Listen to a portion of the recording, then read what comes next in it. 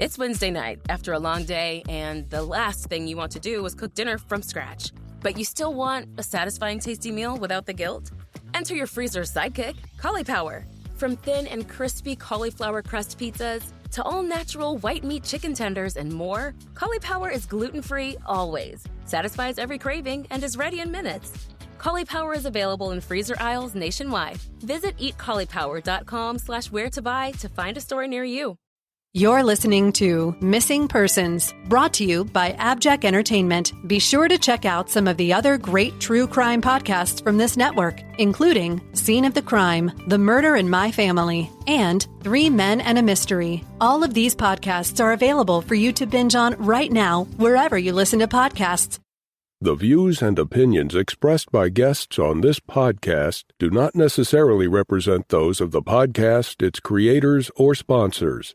If you would like to discuss a missing persons case on this podcast, please be sure to visit missingpersonspodcast.net. This episode may contain unsettling or disturbing subject matter. Listener discretion is advised.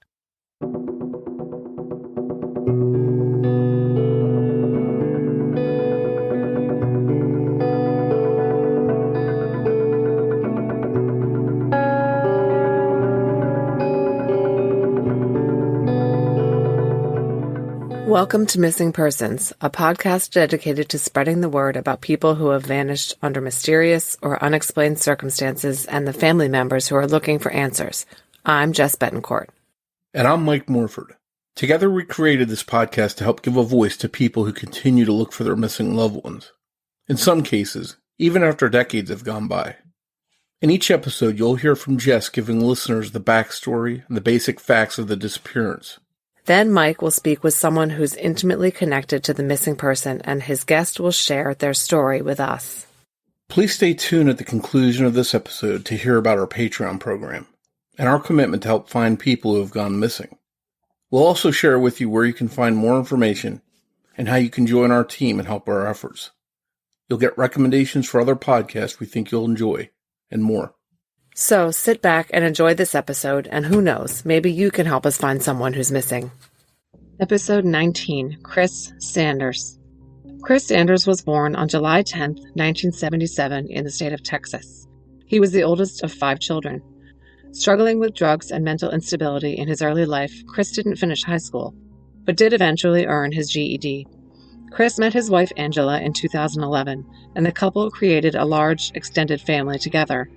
Chris had 2 kids with a previous girlfriend, 4 stepchildren, and 10 grandchildren. He loved to fish and went by his nickname, Dogg, with 2 G's. But in 2017, Chris wasn't living at his family home in Texas with Angela. In April of 2017, 40-year-old Chris had started working with his mother's brother-in-law as a rigger in the oil fields and was living in a trailer park in the town of Monahans.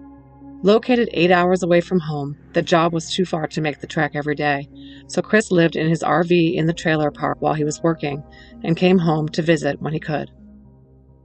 On the night of Saturday, August 12th, Chris was having a cookout with some of his work buddies at the trailer park. This was a large trailer park with hundreds of RVs parked for all the oil field workers. During the evening, he spoke with his wife Angela on the phone. Angela told Dateline that Chris seemed off and had not been himself for the entire week leading up to the 12th. He was acting strange. On that last phone call, Chris told Angela, quote, "I'm so tired and I don't know how much longer I can take this." According to Sandy Sanders, Chris's mother, who is our guest today, Angela and Chris argued on the phone that night, and people who saw Chris on the phone said that he appeared quite upset. Sandy believes that Chris and Angela's marriage was coming to an end, and that it's possible that Angela knows more than she is saying about what happened to her husband. According to people who knew Chris and lived or worked with him, the next morning, August 13th, Chris was very agitated. Around 9:30 a.m., he was seen striding back and forth between his trailer and his truck, and then walking away from the truck, leaving the door open and the alarm blaring. He kept walking, jumped the fence around the RV park area, and started walking eastbound along I-20, which is a major highway that is not intended for pedestrian traffic. More than 2 hours later, he answered a phone call from his cousin, who worked in the oil fields as well and was wondering where Chris was. Chris told his cousin that he was walking eastbound along I-20. He did not say where he was going. After Chris hung up, his phone was shut off and no one ever spoke with him again. This next part is all according to what Chris's wife Angela told Dateline. She said that she tried to reach Chris by phone on the morning of the 13th after she got home from church. His phone went straight to voicemail with each call. Angela started to be concerned, and then, upon learning that Chris failed to show up for work the next day, Monday, she got in her car and drove the 8 hours to Monaghan's, calling the local police department on her way. When she arrived at the trailer park, she was met by officers from the Monaghan's PD. Together, they discovered that Chris's truck and RV were both still in place in the park. Officers searched the RV and informed Angela that nothing seemed amiss. The RV was orderly, there was food in the refrigerator. But Chris was missing, and so were his wallet and cell phone. By August 16th, with still no sign of Chris, Angela called Chris's mom, Sandy. Angela told Sandy that Chris had not been seen or heard from since the morning of August 13th. Chris's uncharacteristic absence was very concerning to Sandy, because she was aware that Chris was bipolar and had high blood pressure, and required medications to keep these conditions under control. In fact, he was on a very high dosage medication to help him keep the symptoms of bipolar disorder at bay. Sandy found evidence to indicate to her that Chris had not been taking his medication in the days before he vanished. Sandy filed a missing persons report on her son on August 18th. By that point, Chris had been missing for 5 days. Sandy reached out to some contacts at the Lone Star PD to try to get some information on the Monaghan's PD's progress in the search for her son. She was disheartened to learn that they really had very few leads. Chris's phone was off, so it could not be tracked. He had not used any credit or debit cards since he disappeared, and they could find no one who had seen him or knew where he could have gone. Other than the initial search of the RV, authorities have not searched it. For her part, Chris's wife Angela told Dateline that the stress of not knowing where her husband is the hardest thing she's ever gone through, and she believes that Chris just snapped, leading to his disappearance. Despite conducting numerous searches and creating Facebook groups to create awareness of the situation, Chris's mom, Sandy, can't figure out what could have become of her beloved son. The Texas Rangers joined the search for Chris when it became apparent that his situation was concerning, but he remains a missing person. Chris Sanders is described as being 5 foot 11 inches tall and weighing 210 pounds. He has strawberry blonde hair and typically has a full beard and mustache. Chris was last seen wearing a black hat, a black shirt with the letters TCU, blue jeans, and boots. This attire would have been quite warm for Texas in August. If you have any information about the disappearance of Chris Sanders, please call the Monaghan's Police Department at 432-943-3254. Mike Morford sat down to talk with Chris's mom, Sandy Sanders, from Missing Persons. That conversation is coming up after this word from our sponsors. It's Wednesday night after a long day, and the last thing you want to do is cook dinner from scratch. But you still want a satisfying, tasty meal without the guilt? Enter your freezer's sidekick, Cauliflower. From thin and crispy cauliflower crust pizzas to all-natural white meat chicken tenders and crowd-pleasing snacks, Cauliflower satisfies every craving. Cauliflower's products are your favorite comfort foods, but made better for you and gluten-free always. The best part? You don't have to sacrifice taste or time, so you can honor your cravings without compromising. Craving pizza? You can enjoy Cauliflower's delicious margarita pizza for only 370 calories for half the pizza. Looking for easy snacks that kids and adults alike will love? Cauliflower's baked, never-fried pizza snacks are nostalgia reimagined and ready in 5 minutes. Cauliflower's products are available in freezer aisles nationwide. Visit eatcauliflower.com/where-to-buy to find a store near you. Let's be honest. Most of us have a love-hate relationship with wired bras. We love the lift, but hate the digging. We love the support, but hate feeling trapped. Well, Knix just changed everything with FreeFlex, a wired bra actually designed to work with your body, not against it. FreeFlex features a revolutionary, flexible wire that moves when you move, bends when you bend, and keeps everything exactly where you want it.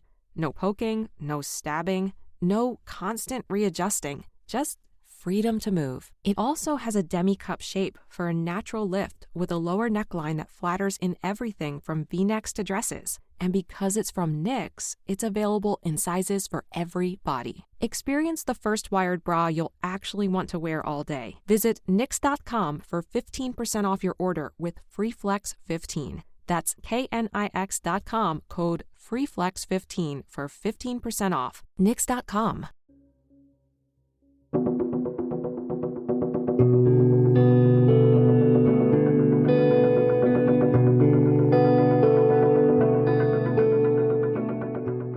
Hi, Sandy, and thanks for joining me to discuss Chris's case here on Missing Persons. Well, thank you for having even contacting me. We've got to get his story out more. Yeah, that's it. Very important to keep spreading the word that your son is still missing, and any help we can get to help find him, we definitely want to do that. Yes. So Chris has been missing now for coming up on 3 years. How tough have these last 3 years been for you missing your son? Oh my God. He's on my mind 24/7. I've been to places I would never thought I'd be trying to find him. Bars and biker clubs, and I mean it's hard. Not knowing is the most difficult. I watch every car that comes down my road. I watch every bike I pass on the highway thinking maybe this is him. So far it's not. I mean, he went for a walk and nobody's seen or heard from him since, and that's just not my son. And Chris went by the nickname Dogg. How did he come up with that nickname? He's got a really good friend. They were joking around one day, and I want to say he called her puppy or something. She said, "No, you're the dog," and it stuck. So his wife despises it, but she's neither here nor there. Yeah. So, yeah, but Chris liked it. Chris loved it. Yeah, that's how he introduced himself to everybody. I mean, and life of the party. You know, he liked to help people. He was always helping people, always there. I mean, it didn't matter what time of the day or night. Chris was a fun-loving, loving person. And he just thought it was funny that she called him Dogg. So, anyway. You started to talk a little bit about what kind of person he was. Tell us a little bit about him and his background of who he was, what he's like. Adrenaline junkie comes to mind first. He liked to have fun. He liked to ride his Harley. He loved his Harley. He loved fishing. He loves his kids. He has 2 kids. He has a girl that's 18 and a son that's 17. They're having a hard time with this. But Chris was just always there. He had a laugh that was contagious. If you were in a bad mood and Chris walked in the room, before he left, you were laughing. He's just that kind of guy. I mean, never met a stranger. Awesome person. He was a recovering addict. He'd been clean about 8 years when he went missing. He struggled with it for a long time, but when he finally got it together, he really got it together. He would go to meetings and talk and speak. He would, if someone reached out to him, he would do everything in his power to help them as far as getting them the help they needed. I mean, he just totally turned his life around as far as the drug scene went. So it sounds like he put that chapter behind him. Yes, definitely. And Chris was also diagnosed as being bipolar. When was Chris diagnosed with that, and how did that affect his everyday life? He was diagnosed probably 4 years before he went missing. Before he was diagnosed, he was either super up there or just super depressed. The medication leveled him out. He has a short fuse, but that medication kind of, I don't know, made him not as likely to go off. But from what I understand, he hadn't had his medication. He had to call his doctor for a refill, and the doctor wanted him to come in for, the blood work for the liver scan and all that. He said he would write one prescription, but Chris had to come in before he would write another one. The wife went and picked it up on the 11th, and Chris went missing on the 13th, and he still didn't have his medicine. From the paperwork I have, the Monahans Police Department went into his camper, and there's no mention of any medications being found in the camper. Yet she tells everybody his medicine was there. If you would, just to clarify, so at August 2017, when he went missing, was he living in this camper with his wife? No, actually, Chris is from Dangerfield, Texas, which is in northeast Texas. He had gone to Monahans, Texas, to work in the oil field. He went out there the end of May, the first part of June, and went to work for Trendsetters. She stayed down here, and every, 2 or 3 weeks, she and the kids would go out and spend the weekend. But no, Chris was living in the camper by himself out there with, there's probably, I would say, probably 200 campers in that park. My brother-in-law and my nephew both had RVs out there, and they were there with him. But as far as her living with him, no, she was down here. So this is like a work crew that goes to where the jobs are and lives there while they're working. Right. Okay.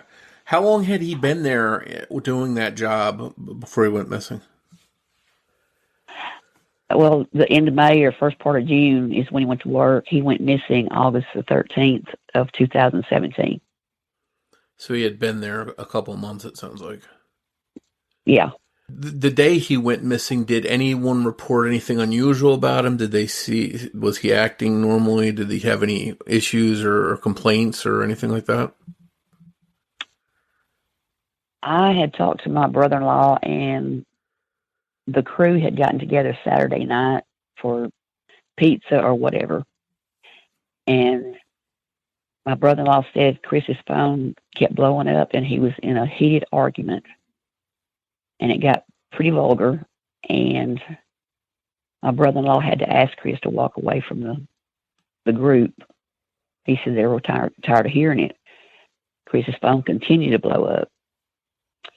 The following morning, one of the other guys called my nephew and said, Chris just took off walking down the interstate. You might need to check on him. My nephew called and asked Chris where he was. He said, I'm eastbound on 20. And my nephew said, well, where are you at? I'll come pick you up. And Chris said, no, just leave me alone. And hung the phone up, and his phone was turned off there. And nobody's heard anything or seen him since. But we don't know if someone picked him up. We just don't know. I mean, there was never a search done by Monahans or Ward County, and I have that in black and white from Monahans. They said he was a grown-ass man. He could walk if he wanted to. That's not Chris. Something happened. Had he ever So, disappeared for any stretch of time before? Was he the type of person that would go off and clear his head for a couple days and then eventually come back? Or maybe for a couple of days he would go to the lake and go fishing or camp out for a couple of days, but not almost 3 years without any contact. No. and how soon after he did go missing and his phone, there's no more contact from his phone, how soon was it you or coworkers or who initially said, hey, we need to get a hold of the police, something's wrong here? Well, she called me about 10:30 Wednesday night, which was the 16th, and told me he was missing. And I asked, have you filed a missing persons report? No. Do I need to? And I can't get into that conversation because it was pretty bad. Anyway, I hung up with her and I called my nephew. He was on his way in from Monahans to East Texas. And I asked him, I said, Cody, why haven't you called me about Chris? Aunt Sandy, she promised me that she called you Monday. I've got some paperwork that says she was out there on the 15th.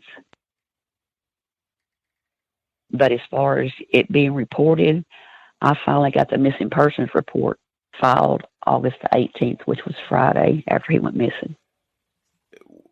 Was there any indication, were police ever able to figure out that phone call, who that was from or what it was about, the one where he was yelling and cursing about? To my knowledge, they've never even requested the phone records. I'm getting nothing from law enforcement. I have written letters, sent them certified from Monahans PD to every state rep, to all the way to Governor Greg Abbott's office, the Attorney General's office.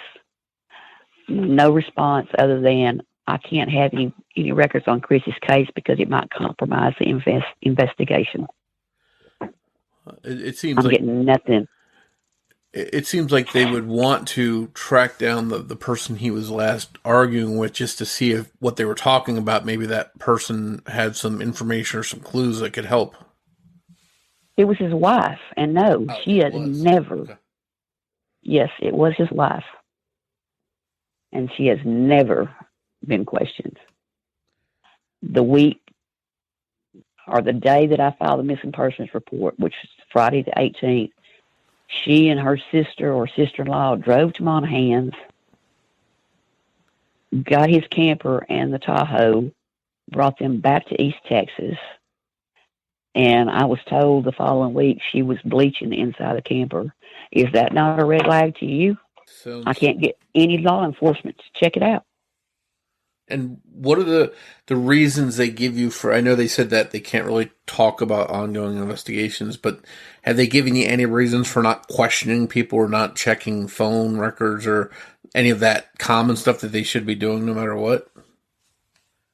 They haven't talked to her because supposedly she was down here when Chris went missing.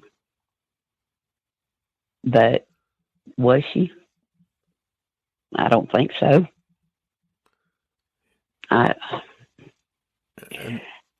Either way, it sounds like they should talk to the people closest to someone that's missing, whether they were, whether they had an alibi or were away or were not, or they were close. It doesn't seem like it mattered. It seems like they should automatically talk to her. Maybe she could provide some ideas or some insights for them to look into. Yeah.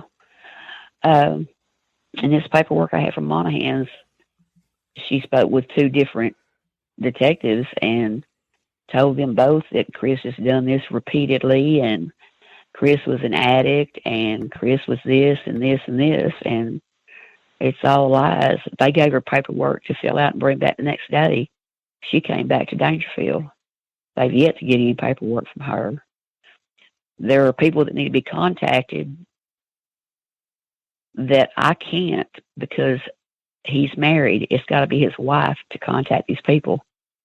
She's not contacted the first person. Everything that's been done has been myself and Karen and a handful of other friends. Any leads we get, I give to the Texas Ranger, and he'll check it out. Maybe he won't. We did our, they finally came to get our DNA in April of 18. I kept questioning about that and was finally told 18 months later that the ranger from Mount Pleasant that took the samples used the wrong kit, and UNT, which does the DNA, rejected our samples, and I wasn't contacted about that. My granddaughter and I finally went this past October, and resubmitted our DNA. I was found out it was finally put into CODIS on October 17th of this year, or of 19. So a lot of time has passed to get all this stuff going, essentially. Yes, it's like I have to push and push and push and push. Why? I mean, Chris is not a throwaway person, just like any other missing person. I mean, they have family. They have friends. It's Wednesday night after a long day, and the last thing you want to do is cook dinner from scratch. But you still want a satisfying, tasty meal without the guilt? Enter your freezer's sidekick, Cauliflower. From thin and crispy cauliflower crust pizzas to all-natural white meat chicken tenders and crowd-pleasing snacks, Cauliflower satisfies every craving. Cauliflower's products are your favorite comfort foods, but made better for you and gluten-free always. The best part? You don't have to sacrifice taste or time, so you can honor your cravings without compromising. Craving pizza? You can enjoy Cauliflower's delicious margarita pizza for only 370 calories for half the pizza. Looking for easy snacks that kids and adults alike will love? Cauliflower's baked, never-fried pizza snacks are nostalgia reimagined and ready in 5 minutes. Cauliflower's products are available in freezer aisles nationwide. Visit eatcauliflower.com/where-to-buy to find a store near you. Let's be honest. Most of us have a love-hate relationship with wired bras. We love the lift, but hate the digging. We love the support, but hate feeling trapped. Well, Knix just changed everything with FreeFlex, a wired bra actually designed to work with your body, not against it. FreeFlex features a revolutionary flexible wire that moves when you move, bends when you bend, and keeps everything exactly where you want it. No poking, no stabbing, no constant readjusting, just freedom to move. It also has a demi-cup shape for a natural lift with a lower neckline that flatters in everything from V-necks to dresses. And because it's from Knix, it's available in sizes for every body. Experience the first wired bra you'll actually want to wear all day. Visit Knix.com for 15% off your order with FreeFlex15. That's KNIX.com, code FreeFlex15 for 15% off. Knix.com. Do you feel like maybe, and you use the term throwaway person, do you feel like sometimes maybe the police hear that someone has a history of addiction or mental illness or something, and they sort of put that person on the back burner and look at other cases? I feel exactly like that. Exactly like that. There was a young man from down around Houston that went to work out there, and he came up missing the first part of October of 19. They found him about 3 weeks later, deceased. His family's getting the same runaround the same answers that I'm getting. I mean, we're getting nothing. In just like a 75-mile radius of Dangerfield, there are 8 people missing. They're getting the same answers. I mean, why? I've talked to the FBI in person, and they won't come in unless they're invited in by the local authorities, or unless there's a minor child or someone 65 or older. But Texas has enacted the clear alert, which is for the people in the middle. It was enacted in April, I believe, of 19. As of July, the only thing that had been done was they had seated a chairperson. I mean,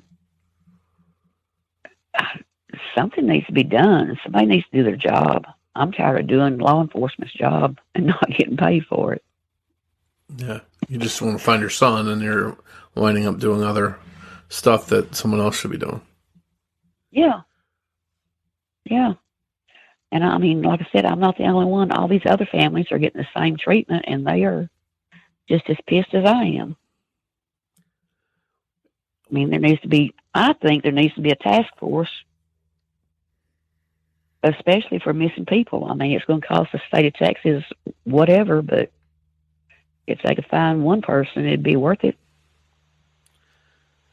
And so, just one thing I want to touch on, since Chris has gone missing, has there been? I believe there was no activity on his credit cards or bank accounts or anything like that. Is that correct? That's right. He had drawn $100 off the weekend before he went missing. His paycheck hit the Friday after he went missing, and she cleaned that out. But other than that, no activity on his card, no activity on his phone, nothing. Have there been any alleged sightings of him, or anyone coming forward to say that they thought they saw him since he went missing? Oh, we've had several, but either we've checked them out or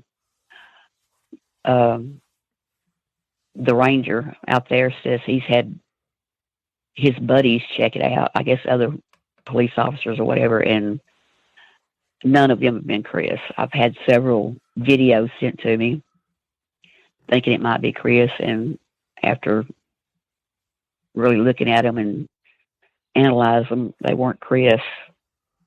But how difficult is it to look at that and get a little bit of hope and then see that it's not him and then have to start over? How difficult is that for you? Oh, it breaks my heart every time.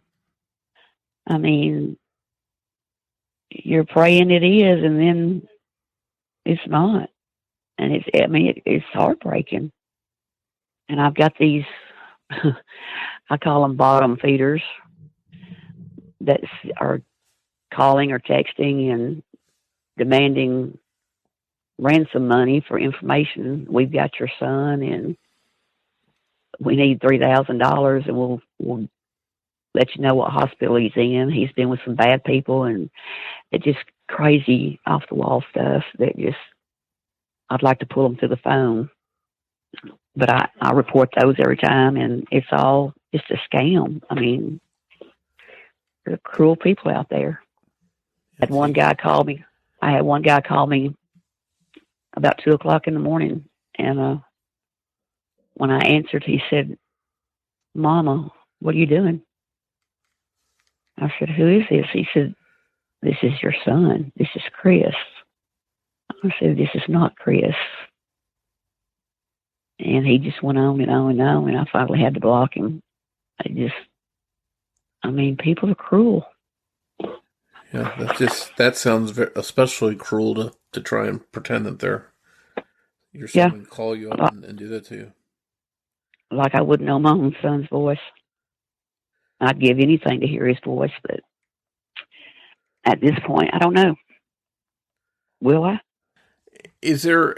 Have you heard of any local theories or anyone talking, saying, I think this is what happened, and anything that you put any kind of weight into, or you believe maybe more than something else?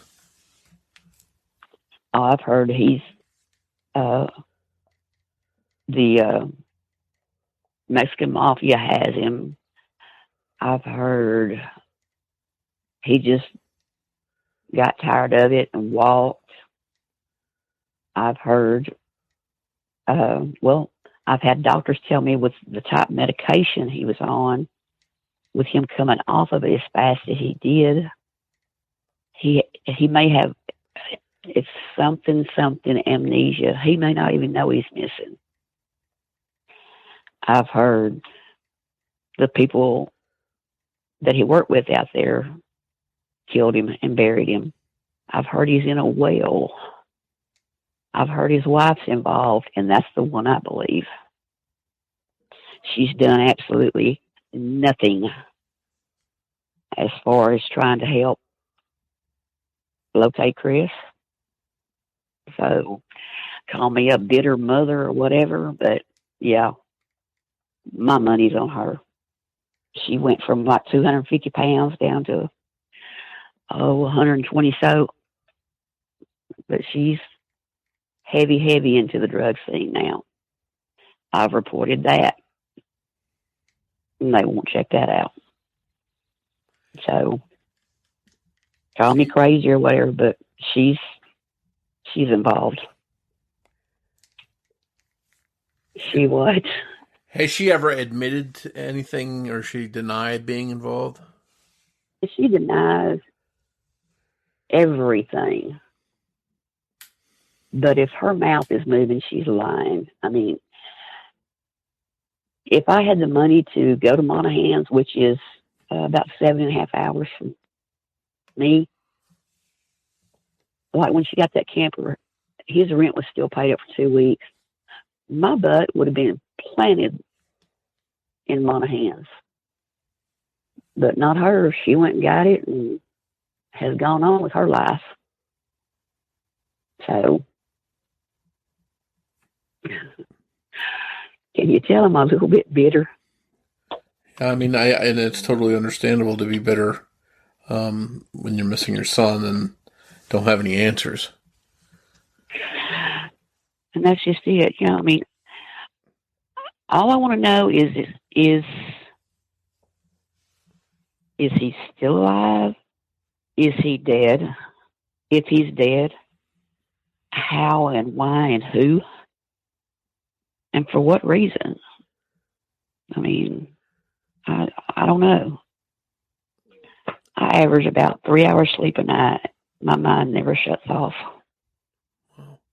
I'm always grasping at what can I do now? What else can I do? What do I need to redo? So, well, and you bring up a good point. So as a parent, no matter whether you have a young child or they're 30 or 40 years old, it's still your child, and you still want to protect them and know what happened to them. And Chris was obviously an adult when he went missing, but right. If someone out there is a parent looking for a child, whether they're a young kid or an older person, what advice would you have for them based on what you've experienced? Never give up hope. Stay on your police department as much as you can. I mean, we had gotten to the point where Monaghan's wouldn't even return phone calls. But keep digging, write letters, call your congressman in your local, state, national reps, senators, congressmen. Contact anybody you can. Put flyers on Facebook. Put flyers. We have flyers all over the United States on Chris. Just do everything you can to keep their face and their name out there. Don't let them become a cold case, because when that happens, it's over. So I do this every day. This is almost a job for you. You've dedicated so much time to to looking for Chris and keeping word out there about his case. Yes. And I've had, like I said, I've got a handful of friends that when I can't, they do. And there are days that I can't. But I just try to keep putting one foot in front of the other and go on to the next task. Well, if anyone out there thinks they have information about Chris or his case, who would you recommend that they reach out to contact as far as investigators go? They can contact me, Sandy Sanders, 903-434-3016 or 14. I'm sorry. They can contact Karen Knuckles, 903-946-2606, or Mickey Bean, 903-619-1448.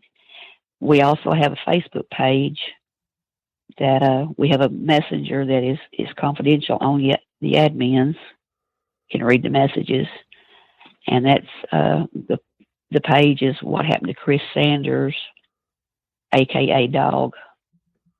If they don't want to leave their name, just the information, they can leave us a confidential message. Or they can try to contact Monahans PD. And that number is 432-543-3254.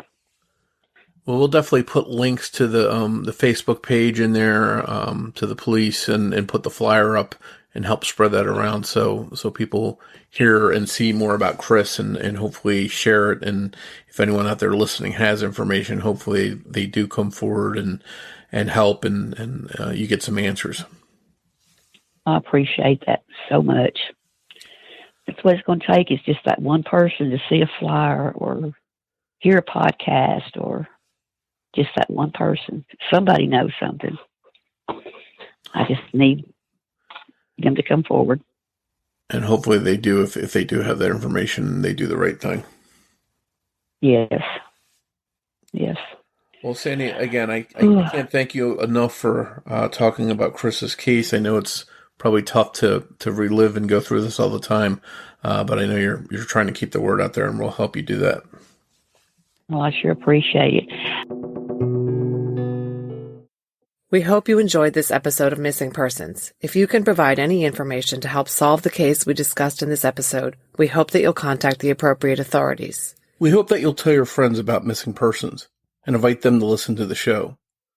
Word of mouth will really help us grow. And if you'd like to help us reach new listeners, please be sure to rate and review Missing Persons on the platform you're listening to us now on. We'd like to tell you a little bit about our Patreon program. If you visit patreon.com/missingpodcast, you can sign up to help this podcast through ongoing monthly support. As a thank you, we'll give you an on-air shout-out, a thank you card and sticker, plus you'll get ad-free early access to every new episode of Missing Persons, as well as any bonus content.